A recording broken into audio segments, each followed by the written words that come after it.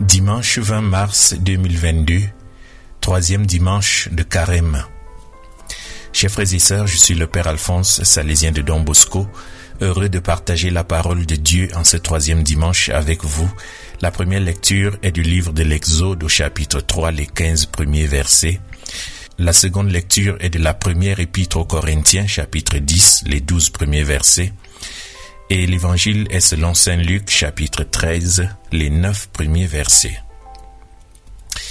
Chers frères et sœurs, les auditeurs de Jésus ont été rejoints par une nouvelle déconcertante, un massacre qui avait eu lieu en Galilée. Alors que des sacrifices étaient offerts pour demander à Dieu aide et protection, la police du gouverneur Pilate avait procédé à un massacre, mélangeant le sang des victimes des personnes qui offraient avec le sang des animaux offerts. Les personnes présentes voulaient que Jésus s'exprime sur la domination romaine, oppressive et persécutrice, sur la situation de ces Galiléens concitoyens qui étaient peut-être des révolutionnaires, et peut-être, pourquoi pas, sur la possible culpabilité de ceux de leurs citoyens qui venaient d'être tragiquement massacrés. La mentalité de l'époque, et peut-être de nos jours aussi, considérait et considère chaque malheur qui survient comme une punition pour une faute commise. Mais Jésus, qui porte pourtant parfois un jugement négatif sur les dirigeants du monde, surtout selon Luc 22, 25 et parallèle, quand les dirigeants du monde oppriment, dominent, font semblant d'être bienfaiteurs, Jésus répond en impliquant l'auditoire à un autre niveau, en indiquant comme décisive non pas la mort physique, mais l'heure eschatologique, ce qui nous attend à la fin du monde. En fait, il dit, pensez-vous que ces Galiléens étaient plus pécheurs que tous les autres Galiléens pour avoir mérité un tel sort? Non, je vous le dis, mais si vous ne vous convertissez pas, vous périrez tous de la même manière. Jésus répond au niveau de la foi, au niveau de notre relation avec Dieu, au niveau de la connaissance de Dieu. Jésus sait que chaque être humain est habité au plus profond de lui-même par un sentiment ancestral de culpabilité qui surgit avec force chaque fois qu'un malheur survient ou chaque fois que la puissance du mal apparaît dans notre vie. Lorsqu'une maladie survient, lorsqu'un événement douloureux nous arrive, nous nous posons toujours la question immédiatement, qu'est-ce que j'ai fait à Dieu pour mériter cela? Qu'est-ce que mon fils a fait? Qu'est-ce que mon mari a fait? Et à la question, quelle était la faute de ces hommes massacrés par Pilate? Nous pouvons ajouter nos propres questions. Est-ce que c'est Dieu qui guide l'épée et les bombes? Est-ce que Dieu est du côté des plus forts, des plus cruels, ceux qui font le plus de dégâts? Jésus évite le piège qui nous oblige souvent à choisir un camp dans un conflit ou à canoniser trop vite l'un des deux adversaires. Jésus parvient à défendre à la fois Dieu et les personnes victimes. Il affirme que ce n'est pas Dieu qui arme la main des Pilates d'hier et d'aujourd'hui. Ce n'est pas Dieu qui ajoute des larmes aux larmes, du sang au sang. Ce n'est pas lui qui abat les tours jumelles ou des immeubles qui s'effondrent selon nos journaux télévisés. Il n'y a pas de culpabilité secrète à punir, sinon celle que nous, frères et sœurs, celle que nous taisons dans nos complicités, dans nos lectures biaisées de l'histoire et de l'actualité. Où était Dieu? Où était Dieu est la question de plusieurs, par exemple lors des guerres dites mondiales, lors des attentats, lors de toutes les invasions injustes des territoires souverains. Où était Dieu à chaque épisode marqué par un chagrin innocent? La réponse, Dieu était là, certainement. Mais il ne s'interpose pas entre la victime et le bourreau. Dieu est encore et encore crucifié avec la victime, avec les vraies victimes, les victimes innocentes. Dieu ne pulvérise ni nos chars, ni nos missiles. Il ne brise pas les lances des tueurs. Il est plutôt transpercé par elles. Dieu est impliqué. Il est puissant comme l'amour. Que dis-je? Il est impuissant comme l'amour. Parce qu'il ne peut faire que ce que l'amour peut faire. Et il agit là où naissent la peur, la force, peut-être aussi la pitié et la conversion. Dieu est dans le reflet le plus profond de tes larmes, se faisant une frontière à tes larmes, entre tes larmes et l'espoir. Où donc est ton Dieu? Chaque chrétien répond, il est crucifié. Il est crucifié dans ses enfants, leur calvaire et les croix infinies de notre terre. Le plus dramatique est donc le revers de cette question. Où était l'homme ce jour-là du Golgotha? Où est l'homme dans le drame de l'humanité?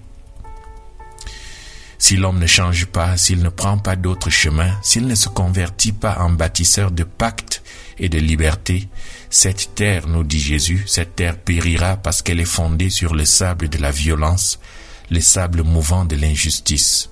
Si vous ne vous convertissez pas, vous périrez tous. Peut-être pas dans le fracas des tours, ni même asphyxiés par le nucléaire, mais dans le drame silencieux et quotidien de la stérilité chrétienne, de la stérilité religieuse et des avidités suicidaires de cette humanité. Et pour que ses auditeurs comprennent la nouveauté apportée par l'Évangile, Jésus leur raconte une autre petite parabole. Un homme a laborieusement planté un figuier dans sa vigne et, en toute confiance, il vient chaque été chercher ses fruits, mais n'en trouve aucun car l'arbre semble stérile. Poussé par cette déception qui se répète depuis 3 ans, il pense à couper le figuier et à en planter un autre. Il appelle le fermier dans le vignoble et lui exprime sa frustration, lui ordonnant d'abattre l'arbre. Pourquoi devrait-il exploiter inutilement le sol et voler la nourriture des autres plantes? Chers amis, nous comprenons tous cette décision du propriétaire de la vigne. Décision inspirée de notre conception de la justice dite rétributive et méritocratique.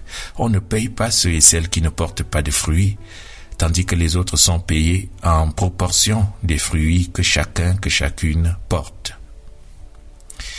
Mais l'agriculteur qui travaille cette terre aime ce qu'il a planté, désherbé, arrosé, fertilisé. Le vigneron, on le sait, aime la vigne, comme une jeune mariée. C'est pourquoi il ose intercéder auprès du maître. « Seigneur, je m'engage à travailler 1 année de plus autour de ce figuier et peut-être qu'il portera du fruit. » 1 année de plus, 1 jour de plus, car l'espoir réussit à bouger le calendrier, à accorder une chance à la vie. L'amour du vigneron pour le figuier est extraordinaire, il est patient. Il sait attendre. Il lui consacre son temps et son travail.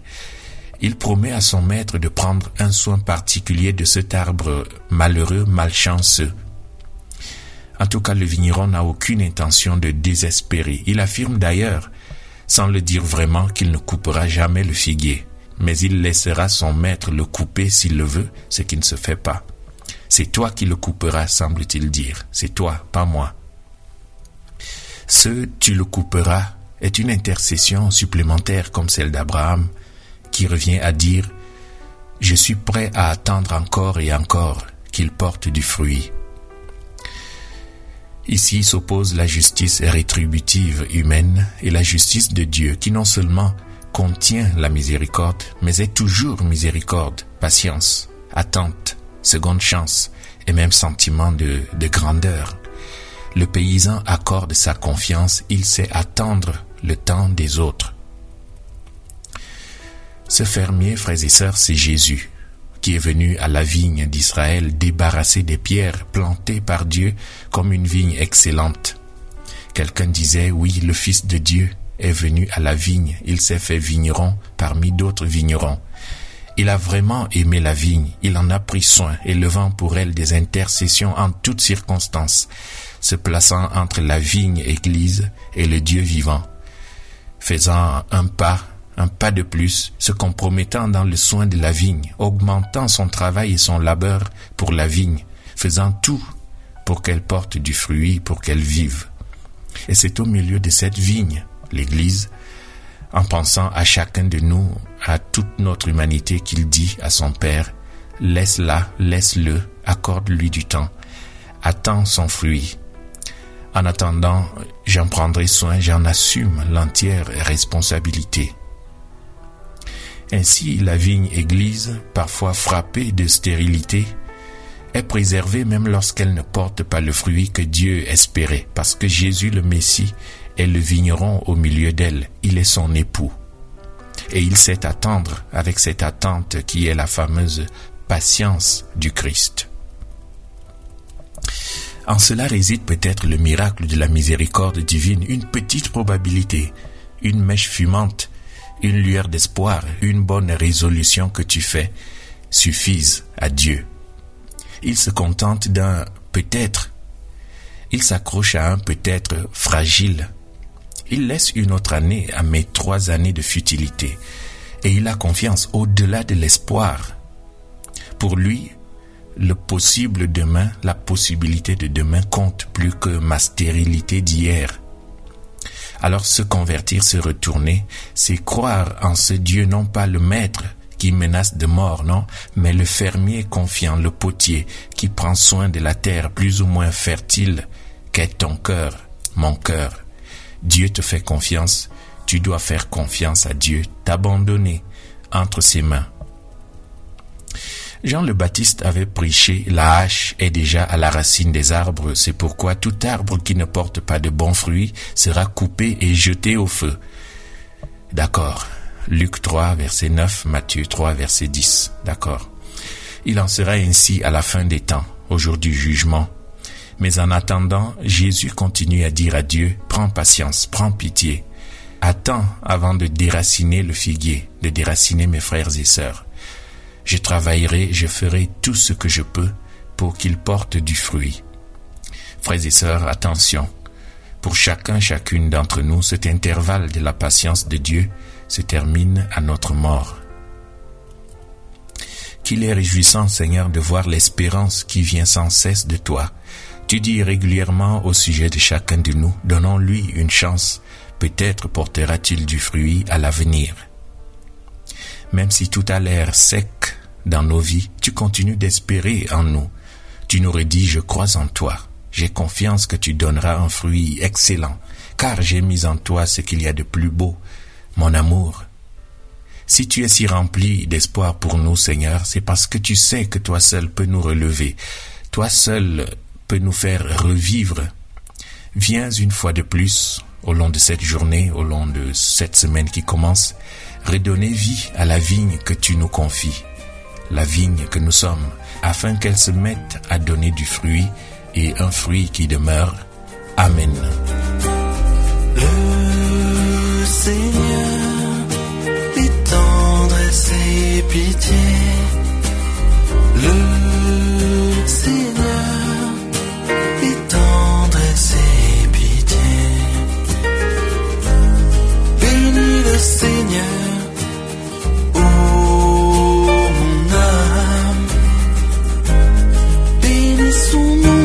Saint tout mon être, bénis le Seigneur, ô mon âme, n'oublie aucun de ses bienfaits, de ses bienfaits.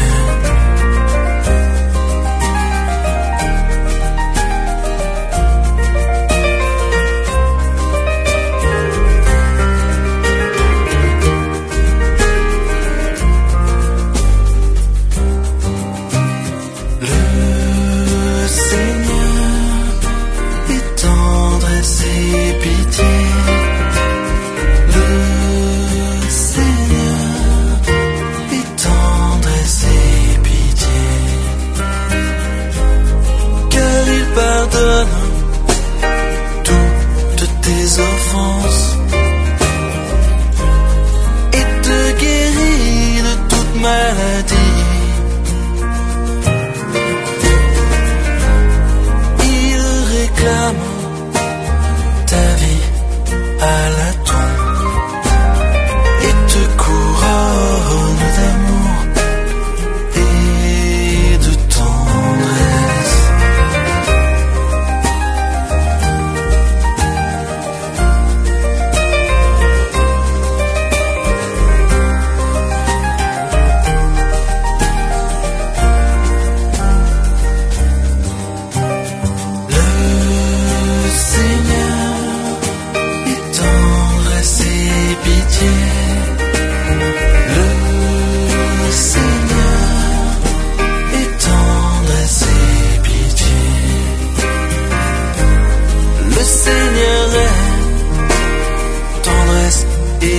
pitié.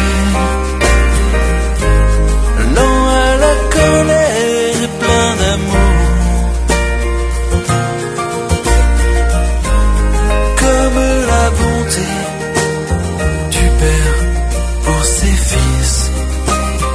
La tendresse du Seigneur